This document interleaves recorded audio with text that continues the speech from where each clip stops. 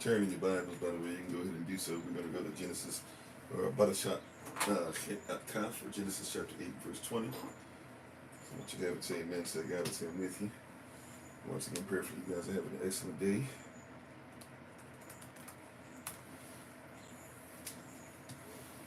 We will have our podcast today at 10 a.m. Eastern New York time. And we will have our stuff for our babies.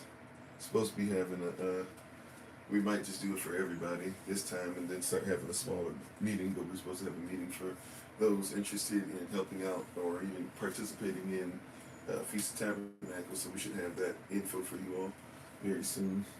Or you should get a Google Calendar invite for that. Should be at 2 o'clock p.m. Eastern New York time today. All right, let's see. Give me a second. Sorry, y'all. Give me 1 second. Let's finish this up.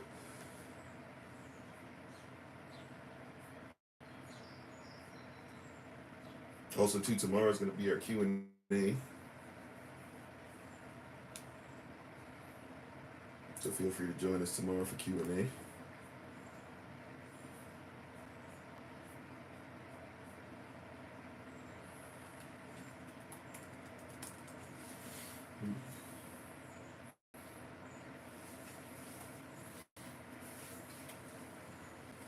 And starting tomorrow will be about 8 days. I guess starting today, we're 9 days, about 9 days away from our VBS as well.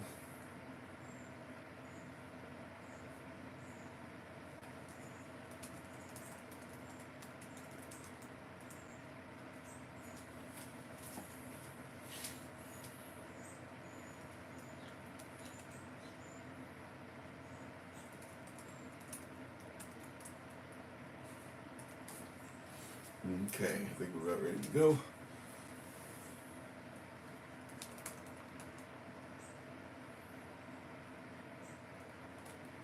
Oh, wow, okay. So we're ready to go. Okay.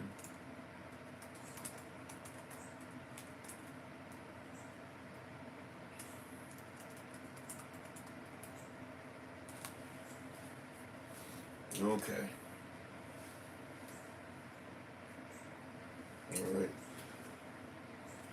May the words of my mouth and the meditation of my heart be acceptable in your sight. He is our strength and our Redeemer, and it is in His name, which is His authority, that we pray, praise, proclaim, project, and protect. Today's message, Aman, Bakwa. Shabbat Shalom, my Shabbat Shalom, Shabbat Shalom, Yachashlel, Kwam Yachashlel, Teda Achi Ad Achi Ad Zion. Hello, everybody. I am Pastor Kofi, Pastor Servant of Christ, where we are always changing lives one mind at a time. Shabbat Shalom, Shabbat Shalom, Shabbat Shalom. Peace be upon thee and your family. We salute thee with the greeting of peace. And we hope that you guys are doing well. We're going to go once again to Barashat Kaf. As we're turning there, we give all praise and honor to the Most High. We give all praise and honor to Him for my wife, the Honorable Amma, who lives like to say to be honored as always. You can check her out on TikTok, YouTube, her website, and Pinterest at Bloom and Flourish. Not A&D, the letter N. Bloom and Flourish. She is a healer, herbalist, chemist, biologist by degree. Thank you all for being on with us once again. And we appreciate you mightily so. Once again, we hope and pray that your day is well and that all is well with you and thine family. And thank you for being with us today. So we appreciate you and we honor your presence, and we're thankful and grateful for everything the Most High is doing in your life. Let's say hello, everybody, real quick and get right into this. How you doing, Minister Stephen? How you doing, Bradley? How you doing? I'm sorry, everybody on podcast, Facebook, YouTube, TikTok. We appreciate you. Not sure if we'll have time today to bring others on Clapper, but maybe briefly for those who might join us later on Clapper. We appreciate you all. Thank you for being on. Thank you for participating. Thank you for learning and growing with us. Also, too, let me say hello to you guys. I'm sorry. How you doing, Sister Nadine? How you doing, King D252, Joy Boy, Old Servant, Daria, Chantel, Big Brother Thomas, just Ithaca, thank you. And by the way, thank you for sharing If you share, like, share, subscribe, hit the notification tab, all that great stuff. We appreciate you. Thank you so much. How you doing, Monster? Monique 785. I'm not sure if that's Sister Medina. Please forgive me. I'm a little off right now, but I appreciate y'all coming on. Thank you. How you doing, Granny? How you doing, Sister Sherry? Ruel, user 1025-098. Not sure if that's Monique or not. Thank you for being on. Everybody, we appreciate you on all the platforms. Thank you again for being on with us so very much. I apologize on YouTube. Looks like we got a weird glare thing coming on with the window. Let me see if this helps at all. Possibly. There we go. Okay, it helps a little bit. Praise y'all. Sorry about that on YouTube. Hopefully you can see us a little better. Prayerfully, everybody can hear us. Yes, we do have the fan blasting and blaring once again because we're trying to make sure that none of these devices overheat. So I'm doing my best to ensure that that doesn't happen, because when they overheat, basically you guys go bye-bye for a little bit until I can get the device to stop and come back on. And prayerfully, it does so fast enough that we don't lose the feed entirely. So if the fan, hopefully the fan's not too loud. If it is, let me know. I believe that we should be fine. How you doing, Tony? How you doing, Minister Morel? How you doing, Bruda? Appreciate love you this rising. All right, so once again, we're going to Parashat Kaf, or Genesis chapter 8 and verse 20. That's where we'll start. And we're going to really be focusing on Genesis 8:22 today. But we'll take a lot of time up. We'll take our time up as we're called to do in this series, and ensure that we read Genesis chapter 8 and Genesis chapter 9 real quick, and then come back to it. So once you have it, say amen. Say I got it. Say I'm with you. We're going to go to Genesis chapter 8 and verse 20. Thank you all for being on once again. We appreciate you. We appreciate your presence. Thank you so much. Yes, sir. Yes, sir. Thank you for the welcome back. Welcome back to you all as well. Thank you for allowing my humanity. I know I've been doing a lot. Like I said, hopefully, prayerfully, that was the last day. Prayerfully, it looks like we're coming up on the end of all this stuff, like I said. So prayerfully, we got all the stuff done and everything. So prayerfully, that's the last day of me not knowing what in the world's going on at all. I mean, that's going to happen from time to time, but I know it's been happening very consistently and been getting worse. So thank you guys for hanging in there with me. I appreciate y'all so very much. Y'all don't really know how much you guys have meant to my family, and if I can say it to myself personally throughout this. So appreciate y'all. Once again, we're going to Genesis chapter 8. Verse 20, we'll get ready to say our Bible pledge. So if you want to put your right hand in the air, or put your device in the air, in your right hand, or just put the Bible in the right hand, and just get ready to repeat after me. It goes as follows. This is my Bible. This is my sword. And this will I trust. For Yahushua is Lord. No sword of God shall ever be heard. For this is my Bible, and this is Yah's word. Hashem Yehovah, Amen. In Yehovah's name, amen. Parashat Kaf for Genesis chapter 8, verse 20. How you doing, Shibruda? It says like this. It goes, Genesis chapter 8, verse 20. And Noah builded an altar unto Yehovah, and took of every clean beast, and of every clean fowl, and offered burnt offerings on the altar. And Yehovah smelled a sweet savor. And Yehovah said in his love and his passion, I will not again curse the ground any more for man's sake, for the imagination of man's heart is evil from his youth. Neither will I again smite any more everything living, as I have done. While the earth remaineth, seed time and harvest, and cold, and heat, and summer, and winter, and day, and night shall not cease. All right. Genesis chapter 9, 7 to verse 12. And Elohim said, this is the token of the covenant which I make between me and you and every living creature that is with you for perpetual generations. I do set my koshat in the cloud, koshat my bow in the cloud, and it shall be for a token of a covenant between me, Aratz, and the earth. And it shall come to pass when I bring the cloud over the earth, that the bow shall be seen in the cloud, right? And I will bring back to my remembrance my covenant, which is between me and you, and the water shall no more become a flood to destroy all flesh. And the bow shall be in the cloud, and I will look upon it, that I may remember with the everlasting covenant between Elohim and every living creature of all flesh that is upon the earth. And Elohim said unto Noah, this is the token of the covenant which I have established between me and all flesh that is upon the earth. We just read Genesis chapter 8 verses 20 through 22 and Genesis chapter 9 verses 12 through 17. May Yahweh have a blessing to the readers, hearers, and especially the doers of his most holy word. You may be seated if you were standing, or go back to what you were doing if you were referencing the word of Yahweh with us. Thank you so much for doing so. We're continuing in this series, The Promise of the Rainbow. Aman. And how you doing, Brightborn? Everybody who came in, if I miss anybody coming in, appreciate you. How you doing, Shanghai? Big Eyes Custom, feel like a long time no talk to you. How you been doing? How you doing, Victorious Born Unity? Lottie Diana, everybody who's coming in. How you doing, Sister Dawn? Everybody on YouTube, Facebook, podcast, TikTok, and possibly later on Clapper. We appreciate your presence. Today, we're going to focus on, we have the huge theme we've been doing, which is the promise of the rainbow. Today, our motif that Holy Ghost has given us that we're going to focus on today is evil imagination. How you doing, Cultural Prospect, and Shabbat Shalom to everyone. Today we are going to focus on evil imagination. How you doing, Trumpet Sounds?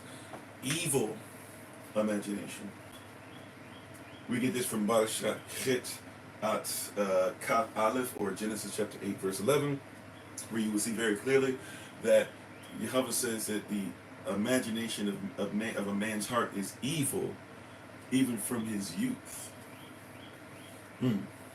The imagination of a man's heart is evil even from his youth. Now this is extremely important for us to gather when we're talking about the promise of the rainbow. And those of you who've been with us recall this is a series now, so we've been doing this for, I don't know how long the series has been going now. It feels like it's probably about a month, but somewhere around there, right? So we're not dealing with just what happened today or what happened in the season, what just happened in this moment, but the imagination of man's heart is evil. The imagine from his youth. Now this is extremely important. I'm going to focus on a couple words here in Genesis chapter 8 and verse 21. Verse 21 is our focal verse for today. I want to focus on this word imagination in verse 21 because it speaks a lot to us. Now we know that we have to be careful with vain imaginations. If you recall an Avla or in Paleo Hebrew, the context of a vain imagination. You said that verse is straightforward as it sounds. I mean, pretty much, but we're going to go in depth. We'll see what the Holy Ghost is revealing to you, right? But watch this. When we get to this word, it says the imagination, right? When we get to this word and we see this word imagination, the imagination, it's extremely important. Now it says, Yahweh says in verse 21, you'll see very clearly that it makes the point to say that, hey, Yahweh says, I will not curse the ground that man's on again, right? I won't do it. But then his reasoning is not because, well, we know that Noah built an altar. He builds an altar, he gives an offering to the Most High, right? The Most High receives the offering, and because he receives the offering, we can have conversation again, right? The offering is to cover, right? So the Most High receives the offering. Right? How you doing, Sister Portia? The Most High receives the offering. And when he receives the offering, he says, because you've offered me this, I will make sure that I do not destroy man or the earth or any living creature, right? Like every living creature that I did before with a flood and with rain combination, right? And he says that I do this because I know that the imagination of man is evil from his youth. Now, before we even go into what the word imagination means, which is Yaya Tassad, which we'll talk about in a second, but before we even go into what it actually means, what he's saying here when he says that the imagination, he says it's evil from his youth. Now, I need you to catch this because there's kind of a, if you want to talk about bars or something like that, it's kind of like a double entendre going on here, right? When he says from his youth. And how you doing, Shayika? I'm not sure if that's how you pronounce it in the dialect, but how you doing? Thanks for being on with us today. So he's saying something very specific. He says it's evil from his youth, but he's given us a couple different ways of looking at this, right? So if we look at this word youth, right, from his youth, and we look at this term, right, because it says that he will not curse the ground anymore from man's sake, for the imagination of Adam's or man's heart, that word man is Adam, so all of us who come from Adam, our heart has become to a place to where it is evil, right? Which actually would be the word Ra, believe it or not, right? So be careful when people be talking about worship Ra. I know these things mean different things culturally, in different contexts, different culture, different characters, different pronunciation. But he says that I don't think a lot of persons ever catch that if you're going to talk about Ra, or talk about the worship of Ra, be careful, because they literally, those in Kemet who look at Ra as the one who they go against. Matter of fact, if you've ever studied, we talked about this before already in our studies that we do. But if you've ever studied what happened with the 10 plagues, you must recognize that every single plague that the Most High did, how you doing, Yahweh, my God? You must recognize that every single plague that was done against a nature, or what you guys try to call gods. Remember, gods are Germanic, just like deities or deists are Greek and Roman, or just like, you talk about a Yorija is Yoruba, etc., right? Right, so different cultures have different ways of worshiping the spirits that they're under. How you doing, Brother Jermaine? How you doing, Hidden? Oh, wow, sorry to hear about that. I'm glad that you're starting to feel stronger. Praise Jehovah. Praise Jehovah. Amen. Right? I'm going to be praying for you more fervently. I apologize. So when you get to this place of Rach, but what was I talking about? The 10 plagues. The 10 plagues. So you have to recognize that when the water was attacked and it became like blood, there was a nature or a spirit over the water for the Kemites, right? For those who were committed. If you talk about the frogs, there was a female nature, right, who was who at the head of a frog, and she was supposed to be over the waters. So you had the blood, and then you had the frogs back to back, right? That's attacking that nature, right? You go into the dust of the ground. When it was struck, there was somebody who was literally over the ground, over the dust. So Yah said, I'm so in tune with stuff, I can affect the dust, right? When you get to later ones, like when you talk about the hail and stuff like that, there was a nature of the sky. By the way, when you talk about Allah, which is the evil one, which they worship as the sun, the S-U-N, so you got to be careful when they do that Afrocentric S-U-N is the S-O-N. As much as I love our Afrocentric brethren, I'm going to keep it a buck with you, right? As much as I love our Afrocentric brethren, we are not called to be trying to tell you guys that the S-U-N is the S-O-N. If you do your research, I'm sorry, y'all, forgive me.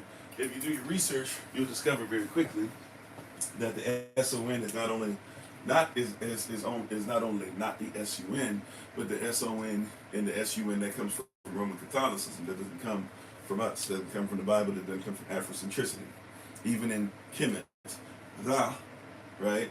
Ra is different. The only one that you'll even see, Ra is the characters they use for their highest nature, if you will, is different than what they use for the word sun. They don't match. So that comes from somebody else's culture.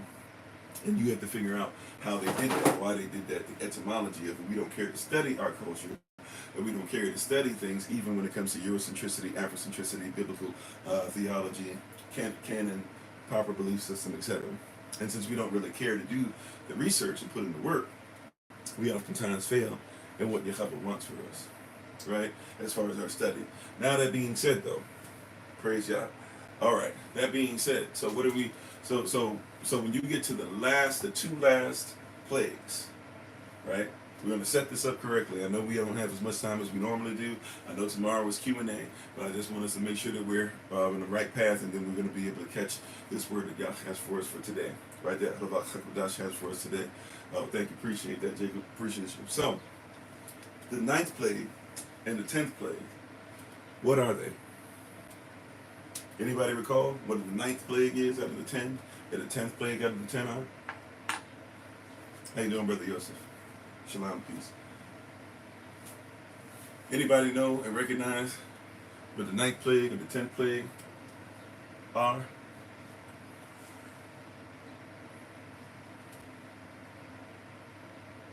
Come on, Allah and Pharaoh, right? But The ninth plague specifically. So you already beat me to the punch, Brother Jermaine. Brother Jermaine is attentive. He's a great warrior. He's a great student. He's a great teacher, even of his children and grandchildren. But I want you beat me to the punch. But I want to go to in between. What happened? Right? What happened? What was the plague on the ninth plague? So you said who it was to. Excellent. What happened with the ninth plague? What happened with the 10th? Okay, there we go. So the ninth plague, amen. So the ninth plague, Brother Elwood, is darkness for 3 days, right? For 3 days, which is a reminder of something coming up, right? For 3 days, there's darkness, right? And then on the 10th plague, the firstborn must go. Now look at what happens with Yehashua, right? And there's darkness, and the firstborn must be sacrificed. We're seeing pictures. We're seeing prophetic stuff. We're seeing how Yah's going to keep us because he's going to take his firstborn so that our firstborn, so to speak, will not have to deal with being taken, right? But let's just focus. That's for you to go down the rabbit hole later. Let's focus on what we're talking about right now.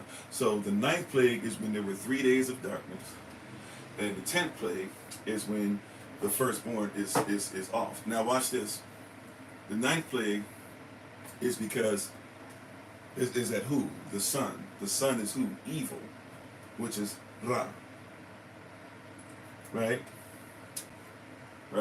So the ninth plague is going at Ra, the sun nature, if you will, and the sun nature, the nature of the sun. He's supposed to have power over the sun. Therefore, all light and everything comes from him. But all of a sudden, that nature does what?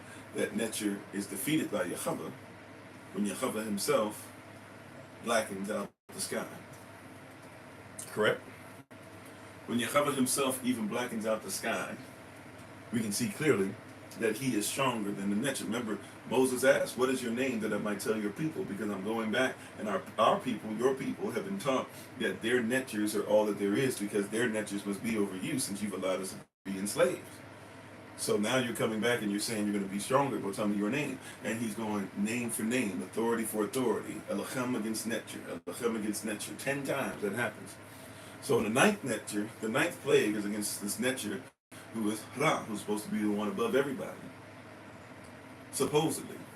Because if he's real, he's supposed to be above everybody, and the sun should never be able to be blotted out, right? Not in the way that Yah did. I mean, sure, you might have a season of darkness, or this and that, or depending where you are in the world, maybe you deal with some of that stuff, and the Aurora Borealis and all that comes after him, and yeah, right, but in Kemet, and in the original place that now is called Egypt, right, in Kush, in Africa, you don't really hear about the sun just stop shining for days, right?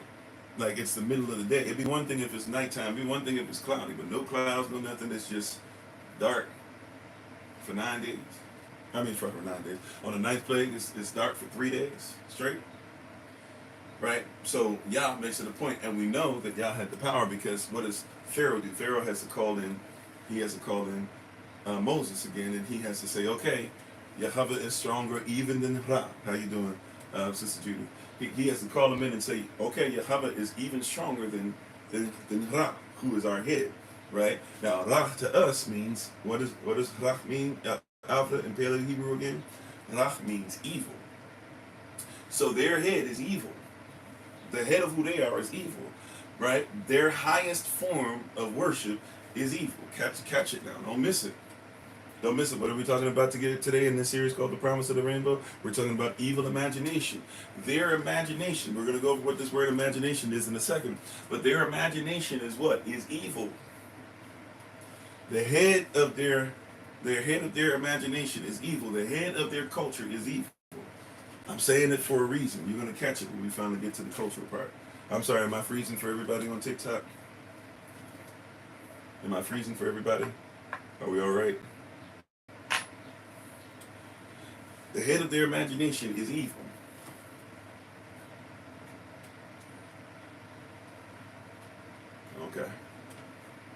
Okay now, okay. So the head of their imagination, how you doing, Minister Elisha? The head of Kemet is evil. When somebody talks about Ra, we know we're talking about evil, right? And who is the most evil of evil? The Satan. So they worship the Satan. As far as we're concerned, culturally, they are satanic, okay?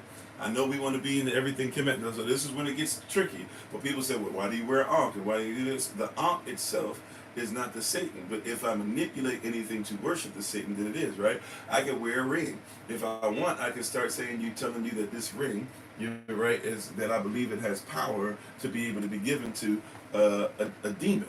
If I do that, then I can make it something to worship, right? Matter of fact, Israel has done this because Israel has gotten into Balaam doctrine. And so now you don't believe that you are Israel. And so everything that belongs to you belongs to everybody else. You used to have sackcloth and ashes. You used to have a tav that you marked on your head, according to Lamentations. Cain was marked tav, right? You have all these different marks. Yehoshaphat dies on the tav. Now you guys have said the tav is idolatry. Right, and you allow Roman Catholics to tell you to put the sackcloth and ashes on that you might be part of Lupercalia, but call it Lent. It didn't start off as an unrighteous thing. This was your culture, but you allowed it to go to somebody else. So we have to be careful, right? Just because Yah has created something, just because something exists, doesn't mean we automatically give it to the enemy. Are you hearing what I'm saying? All right, how you doing, Danielle? And Brother Joseph, if you're on as well. So just because Yah created, right? A lot of persons do that. A lot of persons will tell you precious stones are anti-Christ stuff, and it's like, well, how could a precious stone be against the Most High Yah? Thank you, D. Appreciate you. How could precious stones be against the Most High Yah when Yah made it? Now somebody modified it, right? Like genetically modified food now has side effects. If somebody modifies it so they can try and take ownership over what the Creator made, then that comes with side effects. That's evil, right? Is it okay for you to go outside and stargaze, or is it all right for you to go outside and sun gaze? Is it all right for you to go outside at certain times of day to get certain nutrients and minerals from the sun? Of course it is, but it's not okay to start worshiping what Yah made, right? Okay, so Ra is important to know that he is, in our culture, evil. Not because the sun is evil, the S-U-N, but he is evil because somebody has tried to make themselves the sun. Who is it that Ishtar says that she's married to? Her own son, Nimrod, who's supposed to be what? The sun, the S-U-N. So her son, S-O-N, who she marries, becomes her king, her husband, the S-U-N, and after death, supposedly, he impregnated her. See, something that Yah put in place righteously that he created could be something that somebody manipulates and flips into something else. Be careful. Be careful. Yehoshaphat is the son of the Most High, but when all of a sudden you want to make him part of another culture, you can say he's half man, half Zeus. So now he's a demi-deus. He's still all the way man, kind of, so that he's all the way Zeus. But that's not who we worship. We worship Yehoshaphat, who is all the way Adam, the second Adam, and yet all the way Yahweh, all the way Elohim, all the way the Most High. There's a difference. A slight tweak can mess everything up that you're doing. That's why your cultural mindset has to be correct.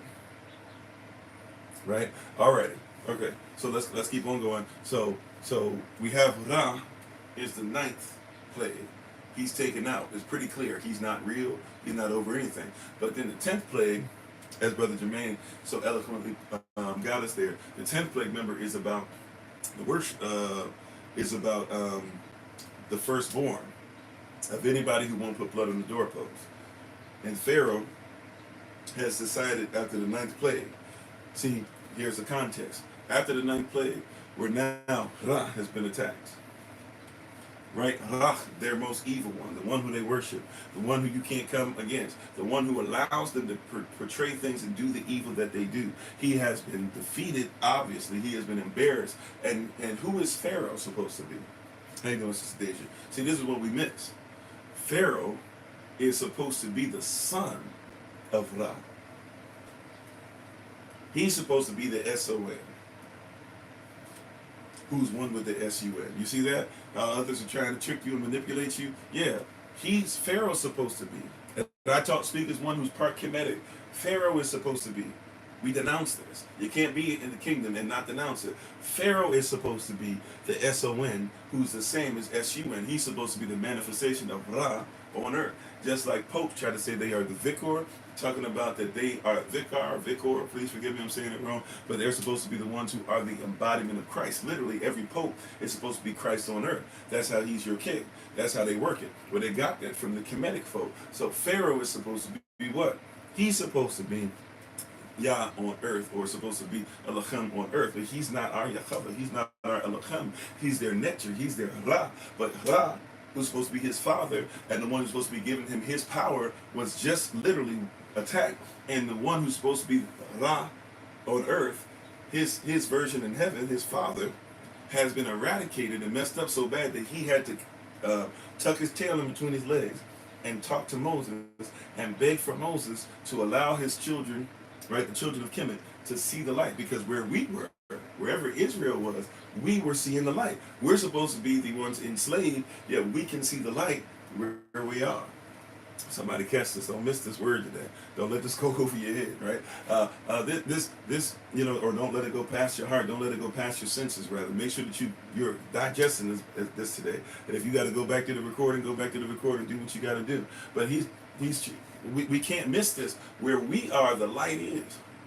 Where they are there, and so who they worship, who's supposed to be the one who emanates light, has been defeated for 3 days. It's very clear, and it's not just kind of sort of there's no light. It says there was so little light that they couldn't see anything.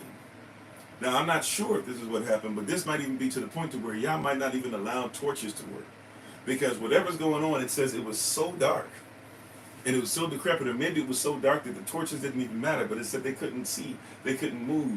Persons were sitting in the same spot. Some persons would not eat for 3 days. It was so dark that the whole system, the whole country shut down. But where we were always in the light. Everything was going as it normally did. Right? We're the slaves, the so-called slaves, were the ones who nobody said had any mindset. The ones who had, people said we had no history, we had no culture, we had no Elohim to worship, we had no Yahweh to worship. When we worshiped Yahweh, where we were in the light. And so Pharaoh has been embarrassed, not just by all these plagues, of course, but Pharaoh's now embarrassed because he has been attacked personally. Because if he is who he says he is, his people are looking at him like, why are we in darkness? If you are who you say you are, can't you either go to your father, or are you not Ra himself? Isn't that why you say we're supposed to be under you? Is that not why we're supposed to do whatever you say? Is that not why we vote on whatever you say and vote for you without second thought? Is that not why we're supposed to be Democrat? Is that why we're not supposed to be Republican?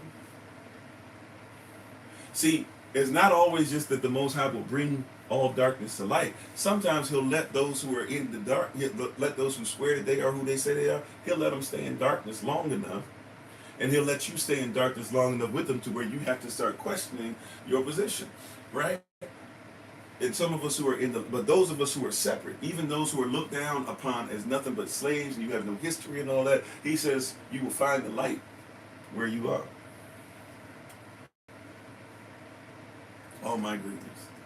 I'm trying. The Most High says you will find the light. I have some light for you where you are.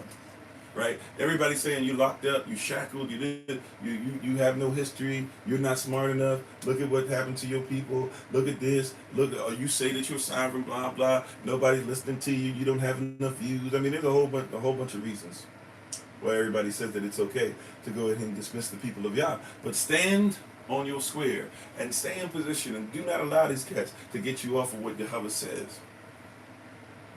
Here we are, and Shabbat Shalom to everybody coming on all the platforms. If you join us on the podcast, later on Clapper, if you're on Facebook, if you're on YouTube, if you're on TikTok, thank you so much for spending some time with us, right? Where we are is where the light is. And every time they're looking for whoever their leader is, right? Whoever they're looking for their leader is, we keep seeing them be pulled down. Pastor John Gray, take him off the shelf. Bishop T.D. Jakes, take him off the shelf. Paula White, take her off the shelf. Joyce Meyer, take her off the shelf. You see what I'm saying? Right? Donald Trump, take him off the shelf. Joe Biden, take him off the shelf. Kamala Harris, take her off the shelf. Obama, you thought no, take him off the shelf. Right? And you're going to stay in darkness to where you're going to start seeing enough to where, what is going on? Why is it that I'm not seeing any light?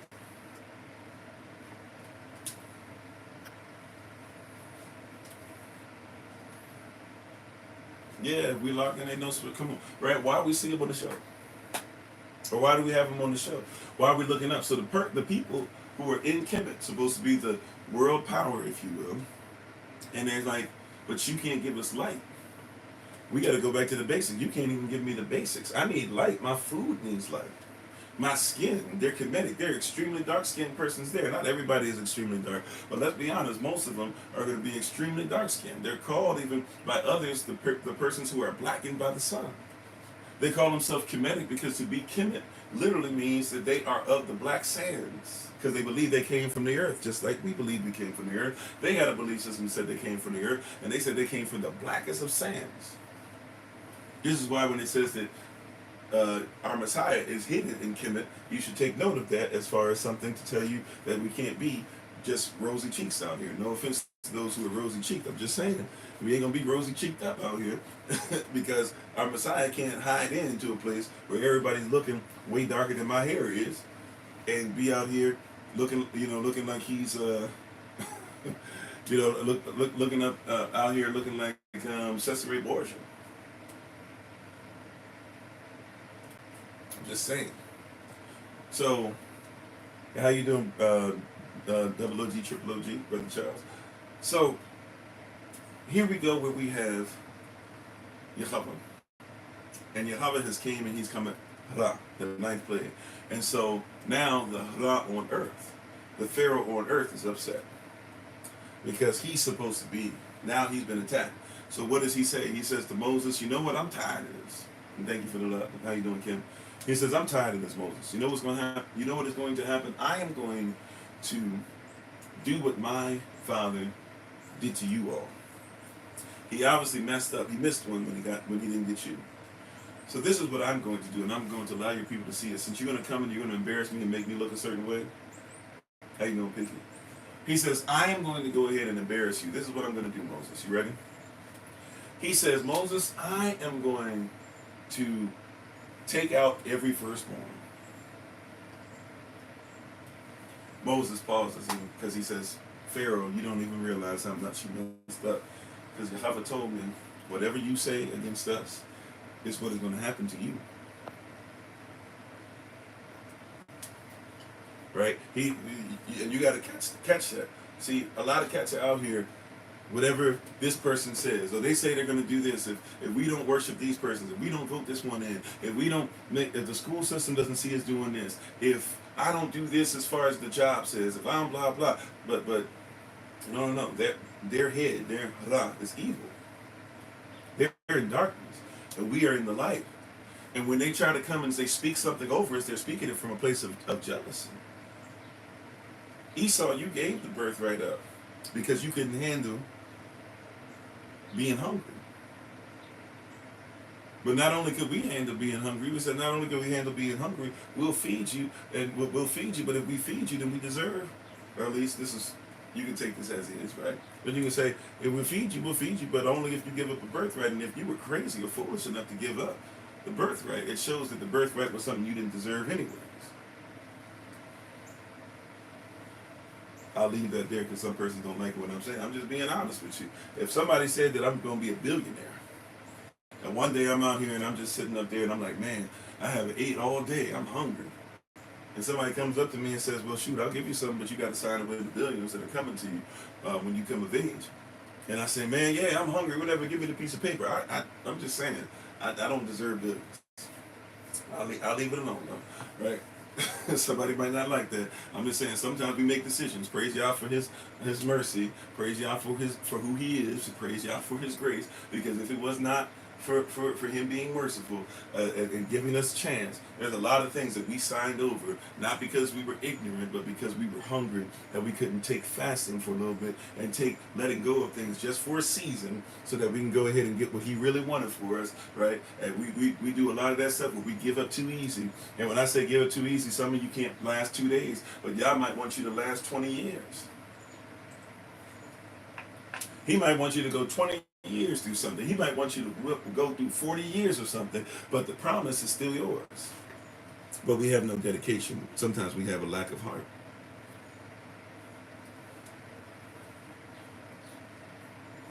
You know, I'm looking for certain things. I'm looking for certain healing. I'm looking for certain amounts of money to come. I'm looking for certain things to happen. I wanted certain things to happen 5 years ago. I wanted certain things to happen 25 years ago. I wanted certain things to happen 41 years ago. Some of these things have not happened yet. It doesn't mean that Yah didn't promise, and it does not mean that I have not improved, and it does not mean that I have not been toned in the spirit, if you will, on my journey.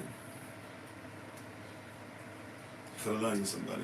All right. So Pharaoh gets upset and he says, okay, I'm going to go ahead and I'm going to come against you in this evil. I am Ra. You're not going to come against me. You're not going to make me look bad. Ra is going to get revenge. You decided there would be darkness. He says, I'm going to cause darkness, emptiness, anger, frustration, anxiety. And when the children of Israel, ultimately what he's really doing is, when the children of Israel see who I really am and that I really am Ra, like I said, and that I really have the power that I told them that I have, when I make it to where it's clear who has the power, Moses, they're going to come against you. I know you don't want to hear that, but see, that's what he said. I'm gonna hit you in such a manner where I show that really, it's always been about me. I had the power. I am Ra, and I told him that, and I'm gonna make it a point to show him who I am. And when he says that, he says, Pharaoh, you don't realize you just spoke over your own son. Then the lamb is used for us to be covered by the blood, and we're protected from the Ra on earth. There's the Ra that they worship, the spiritual Ra, and then there's the manifestation of Ra, supposedly his servants, and we were protected on both sides. So back to Noah, back to Genesis chapter 8, verse 11. When we see this word, when we see that it talks about an evil imagination, you must recognize that this word for evil is the word Ra. Right? Ra being the evil one that they worship. So when we say evil, we are talking about something that comes from the Satan. The father of evil is not Yahweh. The father of evil is the Satan. Right? Now he has no name, right? But Ra is evil. When we hear Ra, when we see Ra, when we see what it is, we know that that's evil. Right? Depending on the context, right? I'm talking about the word Ra, not the sound Ra, because you know the sound Ra comes from Rash or Resh in Hebrew, right, or Paleo Hebrew, meaning something different. But hopefully you get it. The word Rach, which for us we would pronounce not Ra or Ra, but Rach or Rach, right? When you hear that, we know that that is based, because what is that talking about? That's talking about somebody trying to be the head over the Holy Ghost, over Holy Ghost. So when we hear Rach, or when we get that in the proper context, we recognize that, oh no, Holy Spirit does not speak like that. We have enough connection. We're baptized by fire. We don't, you see, there's a difference. A lot of persons are not going to catch that because they're not worried about that. So they're trying their best to be in tune with Rach, not even realizing that to be in tune with Rach is to have the intonation of evil. So we're not supposed to have evil imagination. Now the word imagination is not what we think it is. The word imagination is actually yayatasar. You could say yatasar possibly, but it actually would be more like, so yatasar is almost like shortening of it, almost like not a conjunction, but almost like when we take a word and we'll put like an apostrophe there and try to shorten the words and stuff like that, or maybe when we have compound words, but the compound word means you would just have words and then shorten the whole phrase, but hopefully you get what I'm saying, right? But it really would not be yatasar, it would be yayatasar. Yayatasar. That's what imagination is. Now imagination, by the way, I have to just put this in here because some of you might think like me, and just in case, I believe that I should go ahead and put this here. Imagination does not mean evil. That's why it says the imagination of man's heart is evil, but not Yahweh's imagination. Adam's imagination is evil from his youth, but not Yahweh's imagination. Right? And if we're not careful, you'll think that imagination means evil. So if you're not careful, you'll think that imagination is evil. No. Imagination is not evil. It is the imagination of the passion of man. Right, because heart, lab, means passion, right? So the passion that man has, that Adam has, from his youth, is what is evil. But imagination, the word imagination, yayatasar, is actually yah, which means hand, Now, it could be the hand of Yah. It's the beginning of the Most High's name, but it means hand, Yah, and Yah, hand. So 2 hands. Tasa is next, which is coming from Tasade, and Tasade means an axe. So we have 2 hands, and there's an axe. And then, watch this, then the resh means head, or the r at the end means head, which is Yah, Yah, Ta, Sa. Yah, Yah, Ta, Sa. Now, if I were getting ready to make some food and I needed to cut something, right, if I have my lettuce out and I decide I'm going to cut it, I would have a hand here, I would have a hand here, I would have an axe or something to cut it in my hand, and my head would be up here. This is the context of this word Yaya Tasa. So when I begin to imagine, this is what imagination is by character. When I begin to imagine something, what it's saying is I'm beginning to carve or cut something out, or I'm trying to create an image. I'm trying to even make sure that I parse through something. I'm trying to study it. I'm trying to go through a lot of it. When I'm imagining something, I'm actually taking time out to look at something holy and then try to see if I can break it down into pieces. Not necessarily always, once again, evil, because there's the evil imagination. So there could be the Yaya Tasar Rach, the evil imagination. But we're looking for Yaya Tasar Taba, the moral constitutional imagination.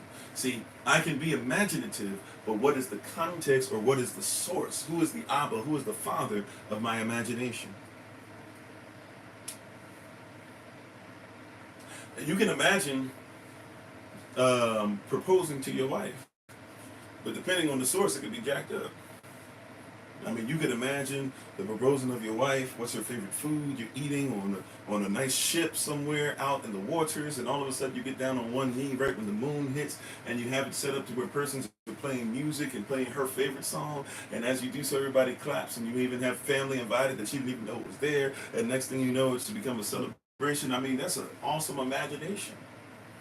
But you can have an imagination too, to where, you get her an onion ring out of a bag of onion rings, and y'all just happen to be at McDonald's one day, and you eating, and you looking for the right one, and you pull it out, and you don't even get it on your knee. You basically just, take her hand and you put it on the ring. And you say, "You my wife," and she says, "Oh, that's cute." And you say, "No, I'm serious. Will you marry me?" And she looks at you kind of crazy, right? I mean, they're both imaginations. Right? But the source of one is a little bit better than the source of the other one, right? How you doing, Bradley? How you doing, Sister Sheena? Right? They're both imaginations. They're both towards somebody who you say you love, but if you're not careful, you can have a bad source of imagination. You have the Yaya Tisad which is evil, and you have the Yaya Tisad Taba, which is righteous. He said, not the onion ring. I'm just saying, right? Right? How you doing, Sister Sylvia? So we have to be careful about our imagination. Is it taba or is it rach? Right? But the word imagination is talking about, once again, 2 hands preparing to cut something up, right? Looking down upon it. Yah, yah, yah, yah, ta, sa. Right? By character. Now, we were to look up this word also too. Imagination is different than what we think, because imagination doesn't mean just what I come up with, but watch this. Imagination actually has to deal with the structure. So, if I were building an ark, right? Maybe I'm building a building. Maybe I'm working on a building. You guys ever seen a building that's damaged and it's a very old building? And I want to fix it, right? So guess what I have to do? In order to fix it, the word means frame. So I have to frame it so I can imagine something. Now somebody might not get it because you're like, frame it so I can imagine something. Well, if you've ever seen some of those old buildings, you've ever seen when they have to fix the old building, so they'll start putting these frames on the outside, right? It's almost like these little cubes. And they put them together, and they put a frame around and stuff, so that, right, they do some of the stuff so if something falls. Matter of fact, if you've been in New York or a lot of big cities, but in New York, you'll see them almost all the time. There's almost never a time in certain streets where you will not walk through New York and not see some kind of frame that's over you, right? Some kind of covering that's over you, right? But you'll see they'll put a frame, right? Scaffolding, amen, right? They'll put that frame around. It's to protect the building. It's to protect you. It's to allow persons to climb. It has many different reasons for being there. But they'll put that frame around. right? And when they put the frame around, that's actually they help with what? The structuring of it, right? So when they put the frame around, they're putting the structure around it, and they would call that yaya tasar, or they would call that imagination. So when we talk about imagination, we're talking about a foundational thing. We talk about imagination, we're talking about a structural thing, rather. We're talking about something that keeps the structure in place. Imaginations are supposed to be, in our culture, supposed to be put up to help us to be able to make sure that we have something structured, that things might be able to be fixed. See, so when we think about imagination, this is why they tell you, one of the best things, what's one of the best things you can do for your children's education? And the Satan takes advantage because he has them watch all types of stuff that gives them evil ones, evil versions of this. But what's one of the best things you can do to help your child to learn? How you doing, Sister Kimberly? One of the greatest things you can do to ensure that your child will learn.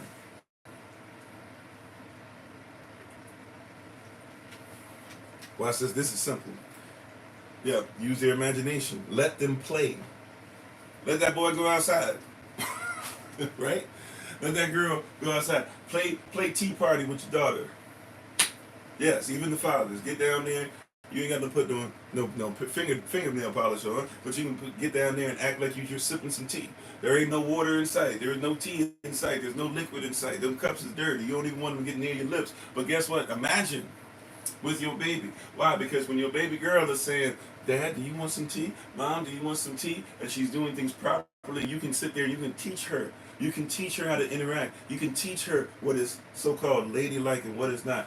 You can teach her some things, right? Even the Bible declares in Titus chapter 2 that it's the elder sisters who are supposed to teach the younger sisters how to become wise and how to be great staples of their community.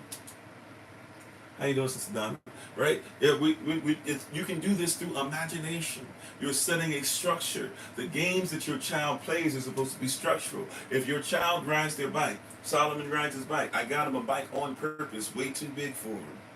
Right?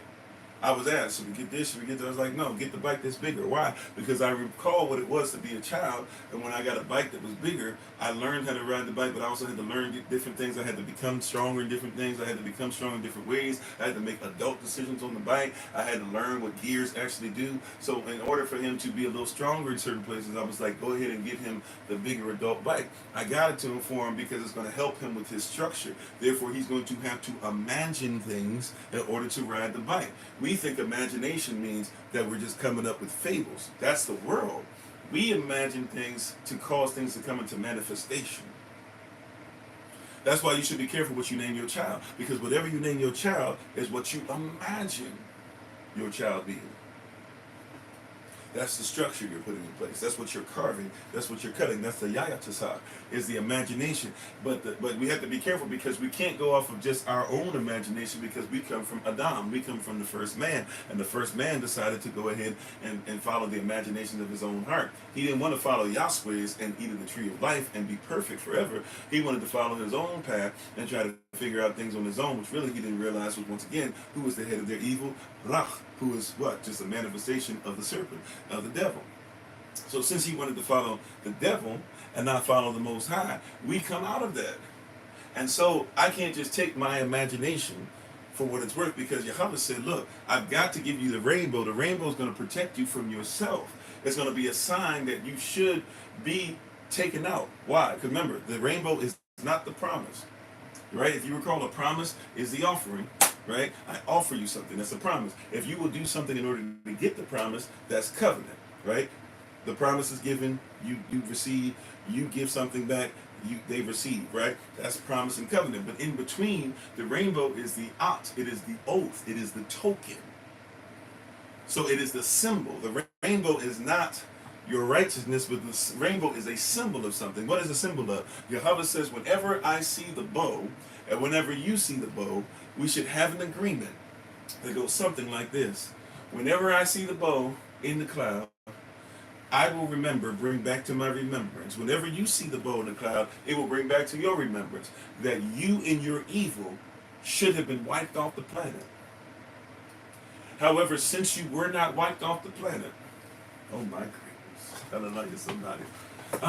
You should have been wiped off the planet. But since you were not, thank you for the love, since you were not wiped off the planet, right? since you were not wiped off the planet, I need you to be in tune with me, right? But look at what I'm saying and not what you're saying, because what your imagination manifests causes destruction of your family. But when I imagined the ark and told you to build it, you made it through. Oh my greatness. That's a word for somebody right there. Hallelujah, somebody. Right? What you imagine caused destruction for the whole planet. But what I imagine allows your family to exist to this day. Your imaginations are evil. Your imagination, your yagatsar, your imaginations are evil. But my imagination, my yagatsar, tabah, it is moral, it is righteous, it is in right lawful standing. Hallelujah, somebody. Right? What I'm telling you is going to put you in right lawful standing. That's right. Obedience is better than sacrifice. Obedience to what you see, the token, is a reminder of whenever I see the token, I should start becoming obedient. My obedience level should kick into a level that you've never even heard of before, because I see the token. Because whenever I see the token, I go, ooh, we shouldn't be here. Right? What is Yehoshua, who's going to be coming back on the same cloud of Anavan, who we're supposed to be looking for, when all of a sudden the cloud, the firmament, if you will, is rolled back like a scroll. When we see him coming back down on the cloud and we look up towards him, that's the promise we look towards. Right? He has become the token. He has become the bow. The rainbow, therefore, is given a picture of him to come. So when I see the red, when I see the orange, when I see the red, which is the passion, right? And I see the orange, which is the positive outlook, and I see the yellow, which is the joy, and I see the green, which is his love, right? Who Yehovah is, and that binds all the other colors together in the bow, right? In the middle of the shot, in the middle of the bow, right? Or the rainbow. And then when I see the blue, which is indicating to me, now we're getting to a place of serenity. And when I see the indigo, showing that I have a mix of royalty and peace in me, and then when I get to the purple, to where it shows who I really am in this royal manner, when I see it, it's a reminder that if I don't hold on to those principles, who Yehoshua is, because he was the second Adam. The first Adam got me messed up. The first Adam had me following after the flesh and not after the spirit, which causes me to be condemned. But the second Adam didn't, or denied his own flesh, so that I could be able to see that it's possible to follow after the spirit and not after the flesh. So his imagination, his mind, let this mind be in you, let this imagination be in you, that also was in Yehoshua HaMashiach. Are you catching? Are you hearing what I'm saying? Let this mind of Yehoshua be in you, that also was in your Messiah. Hallelujah, somebody. Let this mind be where? In you. Let this imagination, let this yagatasar, let this way of thinking that manifests. Because if it's rach, if it's evil, now here's the next part. If it's yagatasar that's evil, if it's yagatasar rach, then now we got an issue on top of that. You ready? Because if it's yagatasar rach, or yagatasar rach, if it is evil, now we got an even bigger deal. Because watch this, part of the definition of imagination, which means we've now fallen off, it also means that you can create a graven image. In other words, if I'm not careful, my imagination is idle. See, I don't worship. See, a lot of persons get this twisted. Idols are not things that you worship that cause you to imagine, right? It is your imagination that carves out idols. I need you to catch this. Don't miss this. Because some of you believe that idols cause people to lose their minds. But you got to lose your mind in order to worship an idol. How you doing, baby? How you doing, utensil? Okay, don't miss it. I'm going to say it one more again. A lot of persons believe that, hey, idols will cause you to get messed up, but you got to actually lose your mind in order to worship an idol. You have to give up your authority in order for an idol to have authority over you. You have to give up who you are to fight on behalf of a graven image. You have to give up who you are to go against Jeremiah chapter 10, verse 1 through 5. You have to literally look at the word and see the Bible say, do not be like the heathen. Do not be afraid of the changing of seasons. Do not go out into the woods. Do not hire the axeman. Do not have him chop down a tree. Do not drag it into your house. Do not nail it so it stands straight up. Do not paint it silver and gold. You have to deny the word, the kingdom that's right in front of you. You have to deny the actual imaginations of Yah and what? Allow an evil imagination, your own thought process, to carve out an image that you would go against every single word of that so that you could idolize a Christmas tree and then put a star on top of it and dare say there was a such thing as Star of David. So now you got to come up with an imagination for that. You have to lie and say there's a Star of David, where in your Bible and in any of the Apocrypha, you've never seen anything called the Star of David. Somebody shows you it's actually the Rothschild star. And you say, nope, I'm still, no, or really the Roth shield. It's actually the shield. But nevertheless, it's the shield of the Roths. But then so you have to imagine and say, no, see, you guys are into conspiracy theory. If you didn't believe in that, see, no wonder you guys think you're Israelites. So then somebody says, hey, well, you know what? Here's the actual truth. Like, have you ever thought about the fact that the modern Israelites are not from there? They don't speak actual Hebrew language. They don't speak Paleo-Hebrew. They don't read the Torah. They read the Talmud. They're not into the things of the Most High. How you doing, Sister Nadine? How you doing, Yom Shada Simba? Right? And you'll see all these stuff. They move different, and they all actually was the English who were going bankrupt, who were over Israel, over the actual persons who lived in Israel that you can actually see videos of in late 1800s and early 1900s, and they don't look like who you think they look like. And you'll see that these are Israelites that they're not all, to be honest, but these are the Israelites and the Palestinians that were over there at the time, right? And that the Rothschild family, seeing that England was going bankrupt and wanted to make sure that Ashkenazi families moved different because they would be the ones to be the most obedient to what the Rothschilds were trying to build, literally made a deal with England and said, well, take what you can afford off your hand. Just make sure you get them ready for us. And then literally they got them ready for them, gave them everything, and made Israel a state, in an official state in the 1940s. Right? And then told these persons who never were from there that they were the actual people. Up until then, nobody believed that they were Israelites. Matter of fact, even after then, one of the reasons why Egypt never bowed down to them, the Egyptian prime minister was asked by the Israelites and by others, by NATO and all that, why won't you just go ahead, or was it the League, League of Nations back then, whichever one, right? But they said, why won't you just allow Israel to be a state? Why can't you recognize them as a sovereign state? And the prime minister of Kemet, who's an enemy with Israel to a certain degree, says, or he wasn't the prime minister of Kemet, sorry, he's the prime minister of Egypt, an enemy and a slave owner of actual Israelites and actual Kemetic people, but still went up there and said, hey, well, when you left, you were black, and when you came back, you were white. And somebody says, no, you're wrong, you don't know. They have to keep coming up with evil imagination. It is the imagination of Adam that is evil that's causing you to miss the token or the promise of the rainbow. How you doing, the other Urban?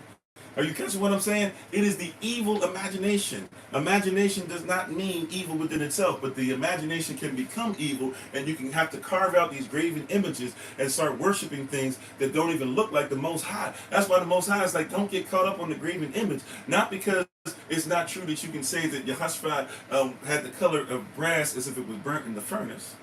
No, but don't get caught up on it, because some of you are so caught up on things that you'll start getting into idolizing things, and you'll start getting into evil things rather than saying, what is it that is truth? If it's truth, it's truth. But don't focus on worshiping truth. Focus on the one who made truth. If I made truth, then you should worship me. Don't worship. If I made the tree, worship me, not the tree. Hallelujah, somebody. How you doing, Don? Right? If I made the waters, don't worship the waters. Worship the one who made the waters. It doesn't make sense to worship or to respect in that manner what was made by something else.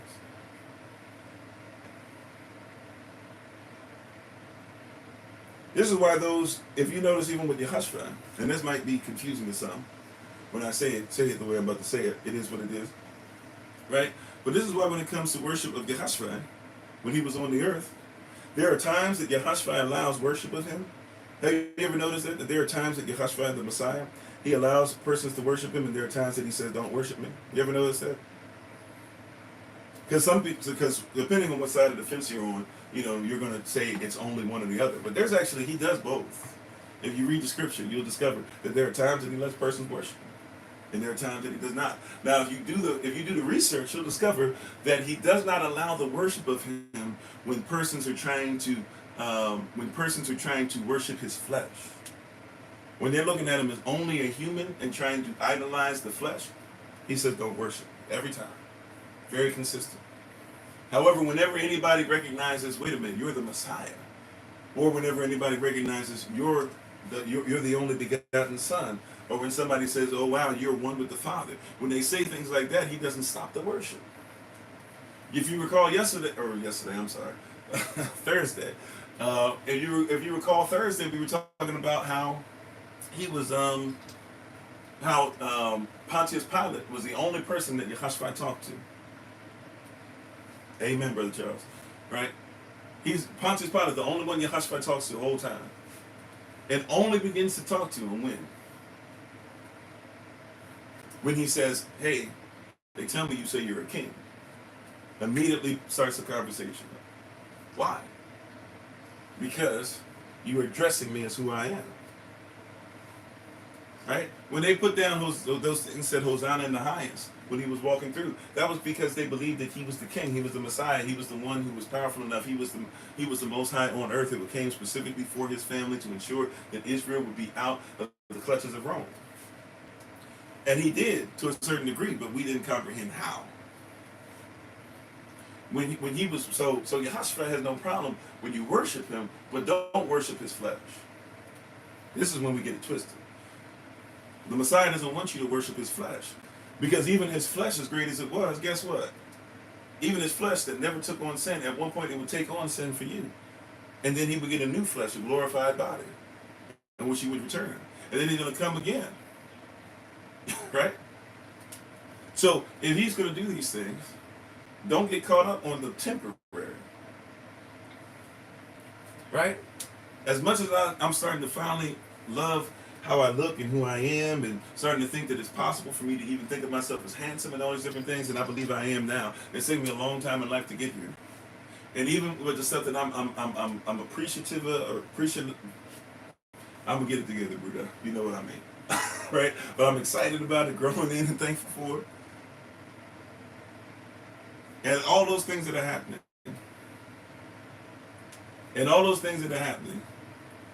right? I'm still excited, right, about who Yah is and all those things, but I'm never going to be so fascinated with my flesh, right? Everything that I do, my flesh is supposed to be in agreement with my spirit. How you doing, love, more today? See, and we miss this stuff, right? It's far from us because we don't study, we don't research it, we don't really believe what we say that we believe. But my flesh is supposed to be in tune with my spirit. I don't know if you caught it. I'm going to say it one more again, and then I'm going to attempt to try and see if I can make it live a little better. Right? But hopefully you're catching this part, because this is extremely important. And we're talking about the evil imagination. See, imagination is something we should have, right? The Yagata side is something that we should have, but when it becomes evil, it's a problem. However, once again, my flesh is supposed to be in agreement with my spirit, because my spirit is supposed to be over my flesh.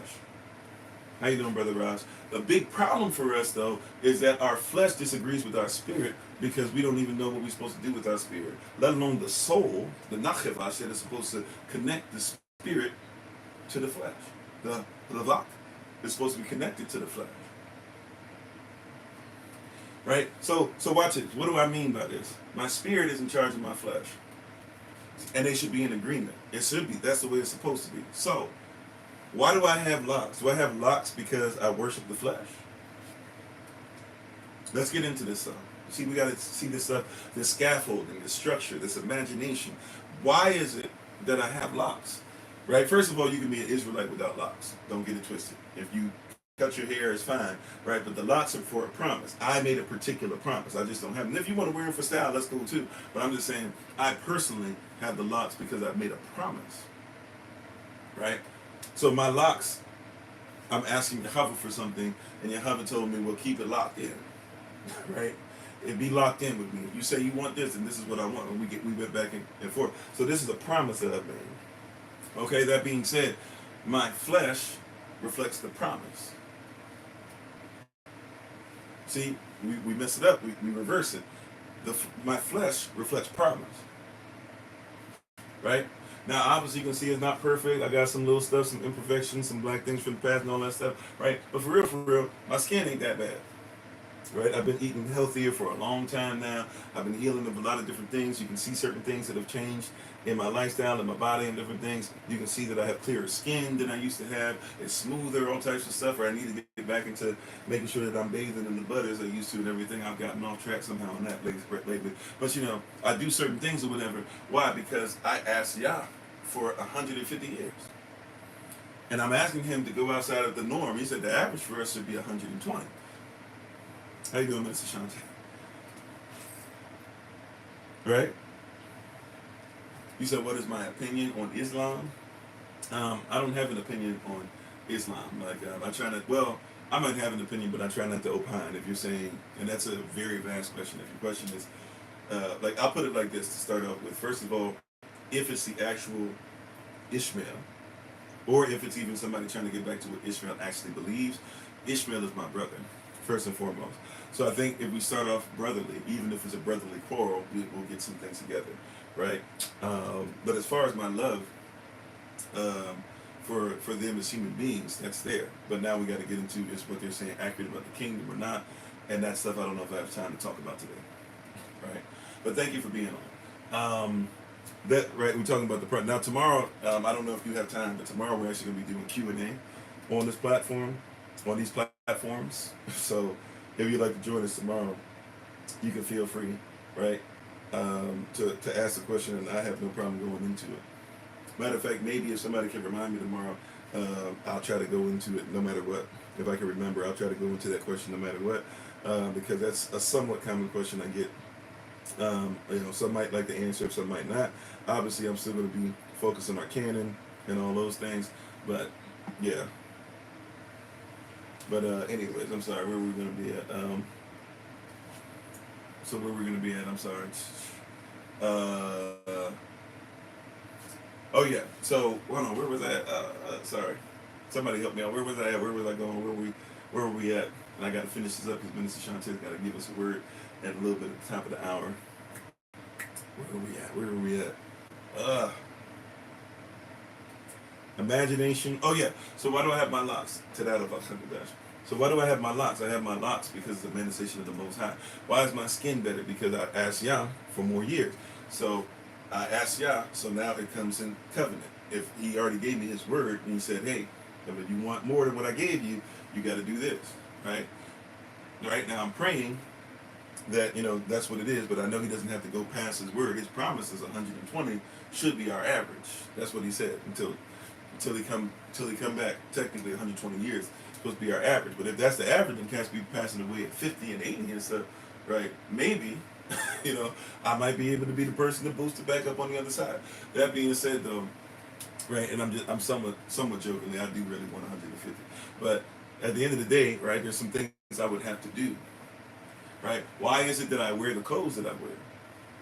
Whatever I'm wearing, why do I wear the clothing that I wear? Because all of it is what? It's connected to what I am, even spiritually. I tell persons this all the time. I pray about what I wear. Right? This is a physical manifestation. I try my hardest. Sometimes I make mistakes because I don't know if it is or not. I try my hardest not to get anything synthetic, because synthetic is fake. If it's fake, if it's touching my skin, my body eats it. Right? I try my best to ensure that bare minimum, I'm at least, if I'm not straight up exercising, I'm at least doing some stretching, some kind of punches, kicks, or something like that to keep myself somewhat loose and limber. Because I know I'm not running like I used to. I know I'm not doing certain things or whatever, but I can at least do something. Even if I can't do push-ups, I can at least find a wall and do a little bit of this, right? Do something to make sure that those muscles are going, right? It's not that hard to take, you can be at your job. Right? You be at your job and you sitting there, look around to make sure you're not embarrassed. If you don't want to be, spread your legs a little bit. You can do 10 of these real quick. You can do that once an hour. Right? And even for my brothers and sisters, if you got one, I'm not trying to be an ableist, right? I'm just saying, even if you got one leg, you can do a little bit of this. Right? If you got one arm, you can do a little bit of this, but you can do something. If you don't have any motion over your body, right? If you don't have any motion over your body, you can move your eyes back and forth. You know, some of you who are looking to get glasses and stuff, you can start trying to focus on things. Try to see if you can see something without doing this. Just go like this and look for a while. And those are exercises you can do. Look to this corner and see if you can see. Look to the other corner. Look down, right? Close your eyes and then focus on something. Do different things to exercise. Right? Like you're not caught up in a place to where you cannot exercise your mind, sure. Exercise your spirit, sure. But we don't realize that manifestation that comes out of what? See, here's the key. We don't get taught this stuff. And I'll be honest, I apologize. I have not taught these items, right, as much as I should. Imagination. Imagination does not mean evil. Imagination can be evil if you're carving out a wrong image. By the way, if you carve out a graven image is talking about it's a grave. Right? The word carve means carve. So carve isn't talking about the depth of it. Carve is talking about what are you carving out. A graven image is something that is dead. It has no life. So to carve out a lifeless image, see, you were created in Yahweh's image. So for you to carve out something and try to worship something that is not like you or the Most High is to create something that is not for you or the Most High. Did you catch that? To carve out something that is not like him or like you and not for you or for him is something that is, right, is literally to carve out something that is anti-you and anti-Christ. It is anti-Mashiach to keep carving out these images.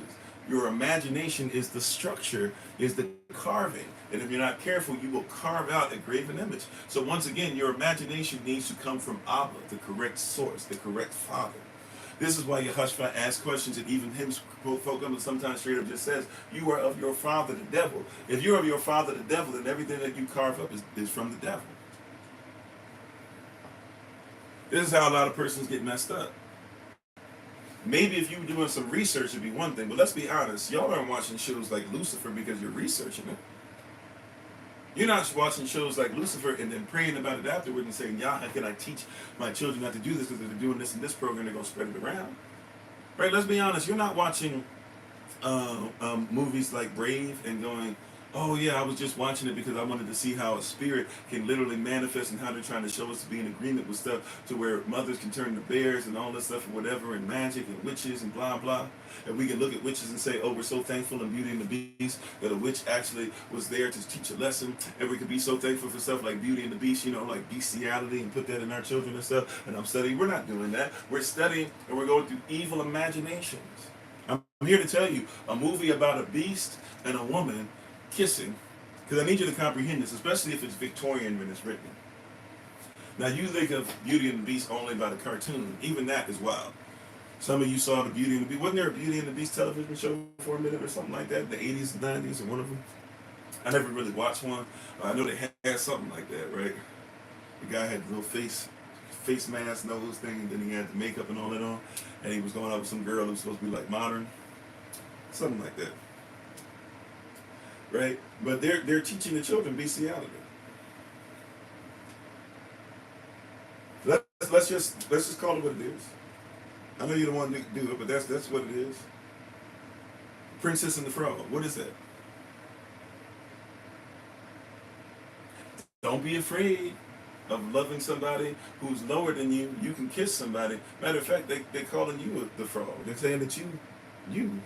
As a matter of fact, it became better for her to become a frog. Isn't that how? I haven't even seen the Princess and the Frog Disney version, right? The 2D version that came out. Isn't that how they did it at the end? It's better for you to go ahead and be a frog like you are, you little black girl, than it is for you. Isn't that how it ends? Am I wrong on that? I haven't seen it. I'm not going to see it. Really, to be honest, not just because it's one of those things. Really, I just have no desire to see it. So I don't know. I could be wrong on that one. Right, how that ends, I don't know, but I'm just saying, like, we have all this stuff. We're not doing this and then trying to figure out what are the imaginations of Yah. How does Yahweh see it? Does Yahweh want us to see it? What will Yahweh want us to teach?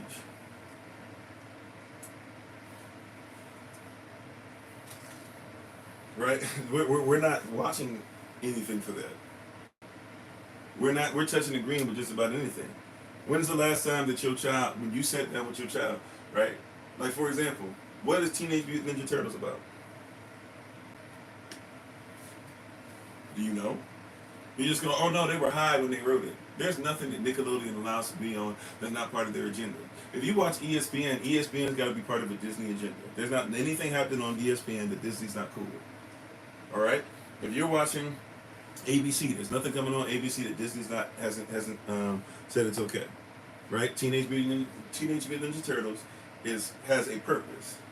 And you don't know what it is. If it came on Nickelodeon, what does the word Nickelodeon even means? If you look at the word Nickelodeon, it literally is a word that means that the Most High cannot be real, or they don't believe in God, or a God. Right? Yeah, nothing is coincidental, nothing is all of a sudden. We just be like, oh man, somebody just happened to say, no, it goes with an agenda. Look, I've been studying this thing because I see how big it is in the pop world and therefore the hip hop culture, which by the way, hip hop is a underculture, if you will. It has umbrellas under because hip hop has only existed since the 60s. So you got to know where it came out of. Stop acting like hip hop's been around like it's some nation. Okay? That's why nobody's really working with each other in hip hop, because it's not a nation. All right? It's a style. I get it. It can be a way of stuff. Hip hop is more than just MCing, by the way, and definitely not rapping, because rapping and MCing are not always the same thing. I get all that, right? But I know somebody doesn't want to hear that. But see, even in hip hop, where did hip hop come from? It came from New York. Okay? When it came from New York, and it started picking up steam, who took it over? Is Jimmy Iovine hip hop? Because he leads it. Right? It's just like when persons talk about the NAACP. Is the NAACP for the advancement of colored persons? If the NAACP has always had white presidents, not over chapters only, we're talking about over the entire thing.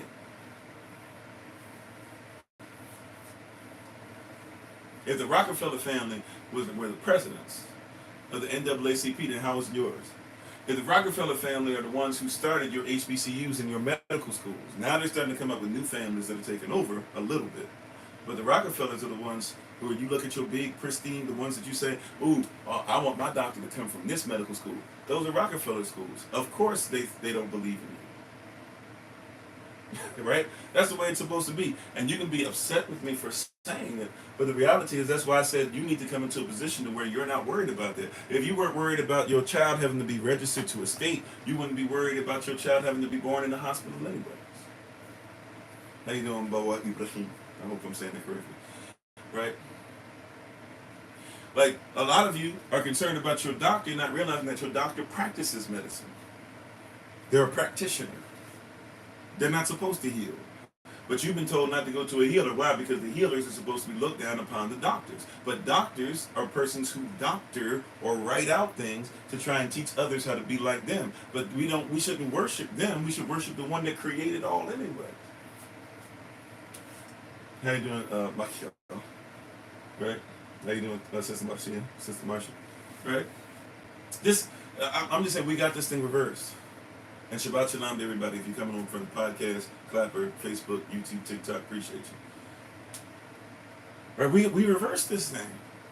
Where we are sitting up here chasing after other persons, other cultures, all these different things. Hello, Sister Monica, excuse me. We're chasing after everything else. We don't even have anything that's ours. And by the way, all these persons, I'm just going to, can I just say something? I'm not trying to be mad. I'm going to just be real with you. You ready? Anybody that keeps trying to tell us that we should go ahead and not be about who the Most High is, right? We shouldn't have a belief in a central figure of worship. I want to just tell you something. Every African, every Israelite, every color, every indigenous American, every indigenous Australian, every person of color, every group of color that's ever existed that had kingdoms, and when we had kingdoms that made us and we came together powerfully, we always had one being that we all worship. I know you don't want to hear that. You'll say, no, this one, they believed in poly, this and that. Yeah, guess what? There was one overall. Even in your polytheism, you have one overall. And guess what? You're not going to come out of this as much as, look, Negroes. We're not coming out of this until there's something that we believe and put above all. Even KRS-One, who doesn't even believe in that and believes in evolution and all that, even he will tell you, right? And I have mad respect for KRS-One, by the way. But obviously we don't have to agree on everything. But hear what I'm saying. Even he will tell you that it's important that we have something, even if we make it up, we have to have something that is ours to worship. I know you don't want to hear this. But even if you believe in evolution and you believe that man made up something, then that means that man evolved to a place where he thought that he needed to worship something greater than himself. I'm trying to help somebody. Even if you don't like what I'm saying, I'm here to tell you, you're not coming out without making sure you have something, because worship just means extreme respect. So when we have something that we worship, we have something that we put on high, and it has to be greater than us. And what it says goes, or what he says goes, or for some of you, what she says goes. Elakam is not a male or female, but I get what y'all are doing with that, right? What I'm trying to tell you is that if you don't have something that's yours, you're going to have a problem. You can't talk about... Here's the wild part. If you want to talk so bad about chattel slavery, here's one of the things, and by the way, I'm not saying chattel slavery is righteous like old boy was saying, who was trying to become vice president or whatever. But hear what I'm saying, right? Chattel slavery, guess what they kept taking from you more than anything else? Right? They took your language, sure. They made sure that women were in the place of men, men were in the place of women, sure. They stopped allowing you to be married, sure. They made you breed, sure. They sold your children, sure. They did all those things. But what's one of the things about child slavery that we don't talk about that they took?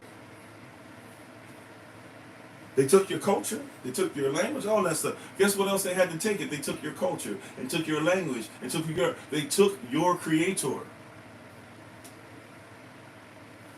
You have no creator. You're arguing. And by the way, if you believe that they could whitewash all this other stuff, and you believe, and I'm not saying I 100% agree with this, but I agree with a lot of that the so-called white man, because not every white man is white, if you know what I'm talking about, right? But nevertheless, the so-called white man, if we're just going to lump everybody in, which is dangerous, but hopefully you get the context. The so-called white man that did this to you, right? Guess what? He did it to you in the name of a God. And he told you anytime you tried to worship anything that was like yourself, that you shouldn't. And he took your Messiah. As much as you want to say that you didn't, they didn't write the Bible. They didn't write the scrolls. And the scrolls tell you, even in their language today, the scrolls still tell you the Messiah looked like you. Was darker than you, darker than me, darker than my hair. They tell you, in their canon that you think they made up, they still have to tell you that the Messiah looked like you. And you don't worship the Messiah, but you say that you can't. Watch this. If you're going to worship the Messiah, you should at least see him as who he is. See yourself, because watch this, for everybody of every color, everything comes out of black. If you're pink, you come out of black. If you're yellow, you come out of black. If you're red, whatever these titles they put on you, you come out of black. If you're brown, you come out of black. If you're mahogany, you come out of black. Right? If you're ebony, you come out of black. If you're red bone, you come out of black. If you're redwood, you come out of black. Why would we see the Messiah as something that we can't see everything in? Everything doesn't come out. Well, remember, the color white is not even the color. The definition of white is clear, see-through, reflective, right? If you see white polar bear fur, nope, you haven't seen it. Why? Because it's reflective. It only looks white because of what it's around. Have you seen white blood cells? Nope, they're clear. Why? Because you can see through them. Have you seen white ice? No, because it's clear and see-through. Somebody says, but ice is not white, snow is white. Yes, snow is ice. So if the icicle, right, if you see for example, when you see the snow that hits the ground, you see white, right? Because you start seeing stuff and it's trying its best to put color, but it can't really get color through and all that stuff. You're not really seeing. But when you see it freeze, you ever seen the ice that freezes from up high, the icicles, before they start to fall? And you look at me like, ooh, that's dangerous if that falls because it's sharp. What color is that? It's not white. It's clear. But clear is white. That by definition is white. All this stuff about white people, and that even white people had to be taught they were white people because there's no such color as white. Somebody tries to tell me I'm anti-white, that's an evil imagination. Because to be anti-white, I have to be anti-clear. I have to be anti-clear. We don't even comprehend it. So when you get white, right, you can be red, you can be pink, you can be brown. right? If something in your body is dying, it can be green. I'm not in this for the colorism or the reverse colorism. I'm not in this for the racism or the reverse racism. I'm in this to ensure that you comprehend truth. Evil imaginations, the evil, the Yaya Tasarach, the evil imagination is our problem. Imagination is structure. We don't have imagination within our own culture. We are not imaginative from our own culture. We do not deal with things with our own discretion. If it does not look or sound like somebody else, we say it's not righteous. That's the problem. Righteousness is not the problem. The problem is that you do not see righteousness outside of yourselves. Or I'm sorry, inside of yourselves. You only see righteousness outside of yourselves. This is why I can tell a person straight up, like, yeah, you seen this, you seen that, blah, blah, and look at this and blah, blah, and everybody be like, no, no, no. But then I say, okay, look in, what was that? I'm about to get the wrong year. 1834, I believe. And I say, look up the word Negro in the and gets the source of 1834, and you'll see that the word Negro, part of in the source, when they say words that are interchangeable with it or phrases interchangeable with it, they will tell you that a Negro is also known as one who is the image of the Most High Yah, which means that when they enslaved you, they enslaved Negroes. Negroes are considered to be, going back into the Spanish Inquisition, they are Israelites.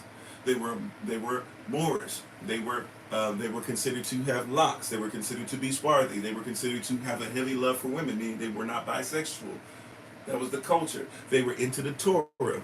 They put hip hop. They did hip hop, or they put poetry over music on street corners. Back then, they lived in ghettos. Back then, that's where they put them and enslaved them and stuff like that. You can still visit the ones that are over in Portugal. Somebody tells you this and you say, oh no, so but I have to tell you, see, look at this person, look at this person's book, and look at what Spain told you, look at what this person told you, look at what this person told you we are, and look at what this person, then you say, oh okay, I'll listen. But the reality is you don't do that because you've been taught not to look through your own prism. If somebody who looks like you is telling you about you, you say you will not listen to it until it's validated by somebody who does not look like you. Not even Sister Taya. And that is the dangerous place that we are in, family. That's the dangerous place we're in. Real talk. That's the place that we're in, that we're messing up. Heavily messing up. It's the imagination. Once again, imagination is talking about the structure. There's supposed to be a structure to this, y'all. This is supposed to be structured. Do you hear what I'm saying? This is supposed to have a structure to it, a flow to it. This is supposed to make sure that there's a certain structure. This is what the law does. You keep going to all these places to where they are lawless. The Bible tells you that to be lawless is to be of the carnal mind. And that's not Old Testament, that's New Testament, even though there's no such thing, somebody wrote that in too. You're supposed to be structured in such a way to where you don't change up, where you don't switch up, where you lock in. You're supposed to be structured enough to where if you talk about something outside of the structure, everybody knows this is outside of the culture.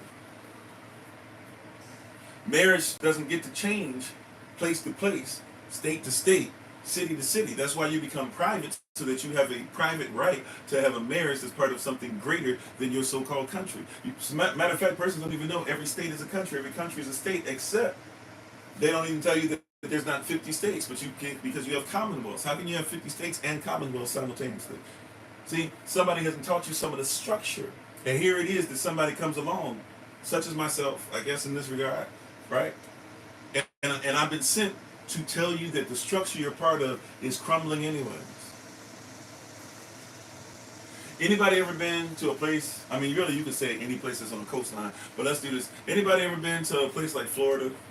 And you've been to Miami maybe, you've been to North Fort Lauderdale or something, you've been to the Everglades possibly, but let's just focus on like Miami or something like that, right? Or even if you want to say you've been to the western beaches or things like that, in the Gulf of Mexico, all that. And you've been somewhere like that, or even Virginia Beach, I don't know, Ocean City, beaches in LA, I know, I've never been to them, but I heard, whatever, or Pacifica Beach, or where the Pacific Ocean is, whatever, you've been, Houston Beach, I don't know. but you've been somewhere where you've been to the beach, right? And when you go to these places, when you go to these beaches, South Carolina, wherever, and you go past where the water is, right? Or I'm sorry, where the coast is, and you're going into the water. And have you ever gone and realized that there's still land out there? You just can't see it from where you are in the water, but you have to like go further. You have to go around the land. You ever seen that? I forget what it's called, but it's basically like you'll have the coast, but then you have like another coast. And it's weird because it's in between. There's water in between it. You have the coast of Florida, but then you keep going and you'll see like there's another coast past it. Okay, maybe sandbar or something like that. That would be something that we could talk about. Yeah, so something like that. But you're going past it, but it looks like you've been fine. There's no water, but then all of a sudden there's like this place where it looks like. Well, if you look on maps, you'll see that those are indicated. Certain maps, not all maps, but on certain maps, they put those out there for you. The reason they put that out there for you, and you should know about them, is not just because obviously you can hurt yourself. You could hurt lose your boat, whatever you're using. But also, they put that out there because a lot of persons don't know it wasn't that long ago that used to be considered to be the coastline. Shelf, thank you. I believe that's the proper term, right? So that shelf used to be the coastline because the coastline is going away in Florida, right? So certain persons who own certain things in Miami, they're going to try and get their money's worth, and you're going to start seeing persons that they're already started doing it. They're going to just sell everything, sell it, and try to get whatever little money they can for it because there's going to come a time to where a lot of Miami will not exist. Embankment? Okay, I don't know the proper term, but y'all, hopefully you get what I'm talking about. right? So you'll see this place that's, you have the waters, but then you go out a little bit, you see, oh, there's other land here. But that's because that used to be the coast. Like the water got over there, and now stuff that's not as strong as that coast was, or whatever's holding that coast together, is all of a sudden there's water in between the coast and the new coast, the old coast and the new coast. Right? So even though there's a coast, you got to recognize that coast is not even what it used to be, and it's going away slowly but surely. See, you got to be careful. These evil imaginations, they're causing persons to have a place where they're sinking, and you don't even think about 20 years ago, what was the coast? Right? Watch this. When some of us were in, was 2024, so I was, junior high school in the 90s, 30 years ago, 1994. What was the coast of homosexuality back then and now?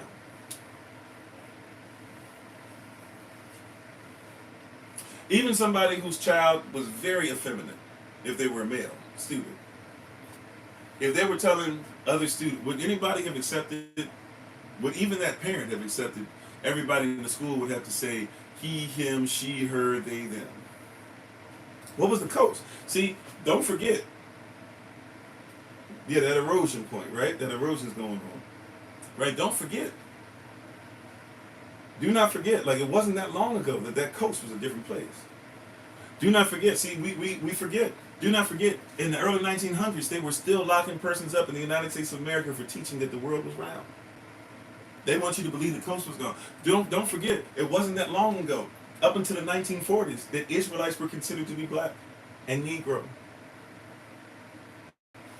Don't forget that there was no such thing as the rainbow having the color pink put on it, and there being somebody naming themselves a Pink Jesus, and that Pink Jesus being honored by President Obama in the White House. If you go back to 1978, that's the first time we saw the rainbow, the oath, the promise, or even the token, rather, be taken out of context and be used for something else.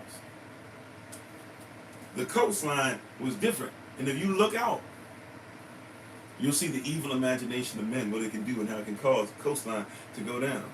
Once again, it wasn't that long ago that your coastline looked different. It was not that long ago that your coastline was different. It was not that long ago that you would never have imagined your child having the conversations you're having your child with now, or how you're having with your child now. Maybe some of that we should have had those conversations. Granted, right? But that coastline, look.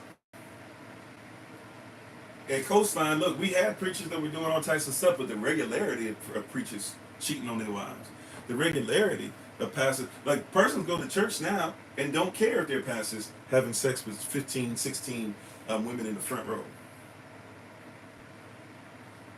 Just make me happy and make me dance, and then we'll go home. Right? We used to know that it existed, but dang, at least you used to have to act like it was closeted.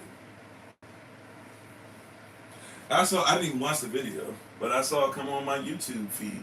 Some pastor talking about, I have to tell y'all the truth, sitting there in drag and talking about, I need to make sure you guys know that I'm in drag. There was a time when you look out on the coast, I don't care what your belief was, you would look at it and you said, that's not even... I'm not talking about something that I'm not familiar with at all. Everybody, all of us got a gay uncle, lesbian auntie. Nowadays they're growing up with everybody got a trans something. But shoot, a lot of us grew up with uncles and aunts that was out there. We knew, even if we didn't say it, right? They was coming over with Auntie Cheryl, and Auntie Cheryl was there with Aunt Cher. Come on, right? Uncle Johnny came over. He brought his friend over. Your grandfather is talking trash about your uncle, but yeah, and everybody laughing, but everybody doesn't say anything. He got to go. We grew up with that. I'm not gonna act like I'm not familiar with it at all. Like, all of us had something, and even our family members, nobody wanted to ride with so and so. I just realized, like, in talking about this, I rode with my uncle. Praise y'all that he wasn't, a Drake or Diddy, right? Or possibly a Jermaine Dupri. I don't know how many legs that story actually had. But I used to ride with my uncle, and I realized nobody ever wanted to ride with him. I just got it now. I just thought to myself, nobody stopped me, unfortunately. Well, fortunately, because, hey, he was cool. Nothing ever happened to me, praise y'all. But I just realized probably nobody wanted to ride with him because, I just realized in talking about this, I was like, because I always used to wonder, like, why nobody want to ride with my uncle so-and-so? Okay.